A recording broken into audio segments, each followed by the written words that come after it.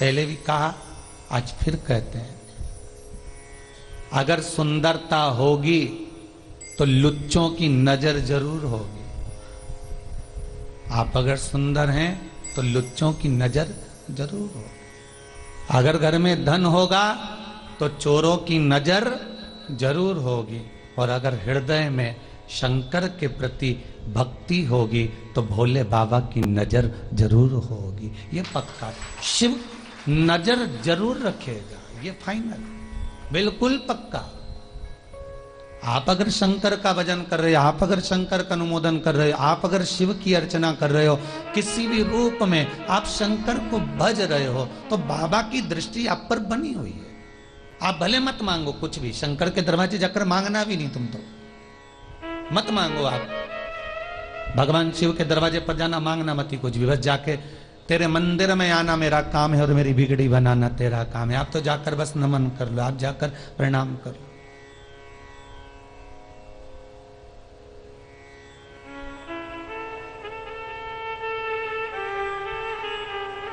हम बस केवल उसके दरवाजे पर पहुंच गए तो समझ लो आधा संकट तो हमारा वैसे ही टल गया। अगर बहुत बड़ा संकट होता तो शंकर अपने दरवाजे पर भी नहीं बुलाता, बुलाता ही नहीं।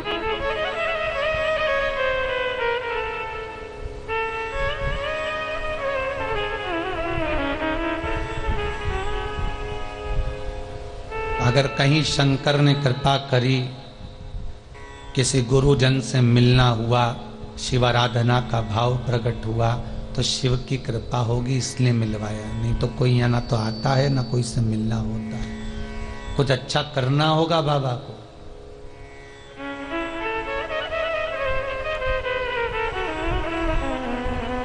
कुछ बाबा को कृपा करना होगी। कड़ेल जी, आप कलकत्ता के निवासी हैं, आपने पहले कभी सोचा था कि शिव पुराण कराओगे?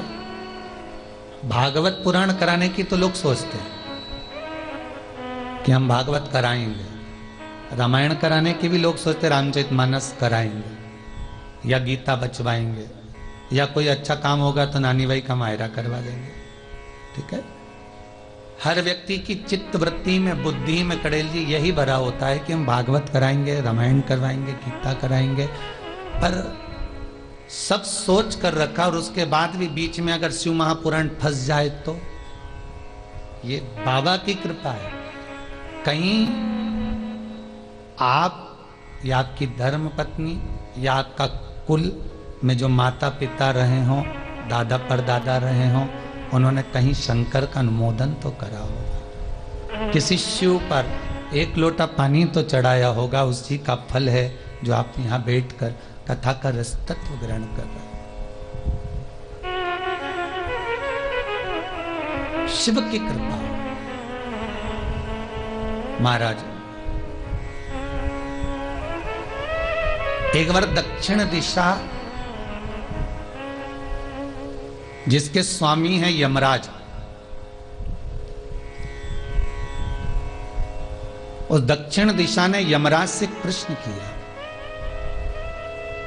स्कंद पुराण का यह बहुत सुंदर चरित्र है महाराजों।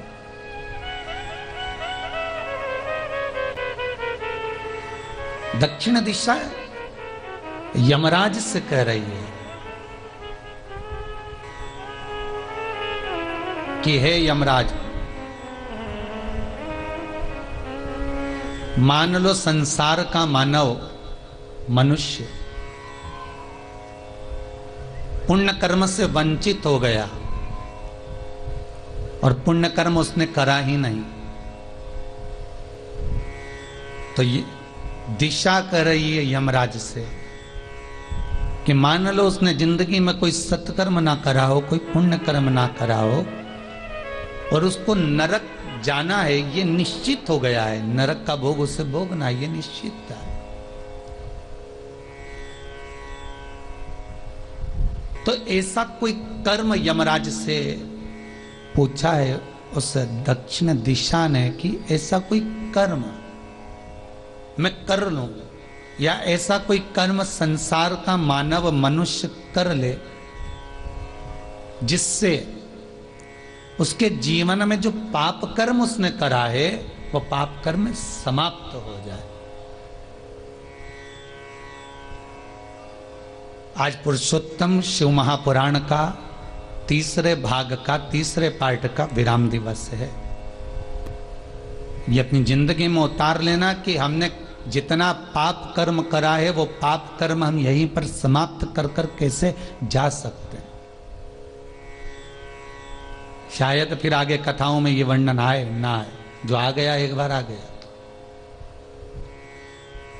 अपने संपूर्ण पाप को हम यहीं पर समाप्त कर दें और फिर भगवान के पास जाए। जैसे मंदिर जाने से पहले, कोई अच्छी पूजन में बैठने से पहले हम जो कपड़े पहने रहते हैं वो उतार कर स्नान आदि कर कर कोई अच्छे अच्छे कपड़े धारण कर लेते हैं। बहुत श्रेष्ठ कपड़े हम धारण कर कर फिर हम पूजन में बैठते हैं।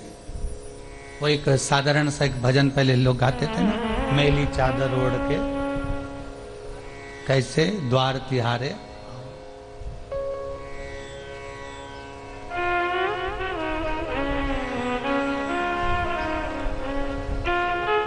तो हम ऐसा कोई कर्म कर जाएं, दक्षिण दिशा ने जितनी जितनी चीजें मांगी है भगवान से वो जगत के कल्याण के लिए मांगी है। बहुत ध्यान देना महाराज। दुनिया के लोग भले कहते हैं दक्षिण दिशा बुरी है, दक्षिण दिशा की ओर मुख ना करिए, दक्षिण दिशा की उधर ये ना करिए। भले दुनिया के लोग कहते हैं पर दक्षिण दिशा, पूरब पश्चिम उत्तर वायव्य अग्नि, ये पूरी 10 दिशाओं में जो दक्षिण दिशा है, इसने जितना भगवान से जगत के लिए मांगा उतना किसी दिशा ने नहीं मांगा।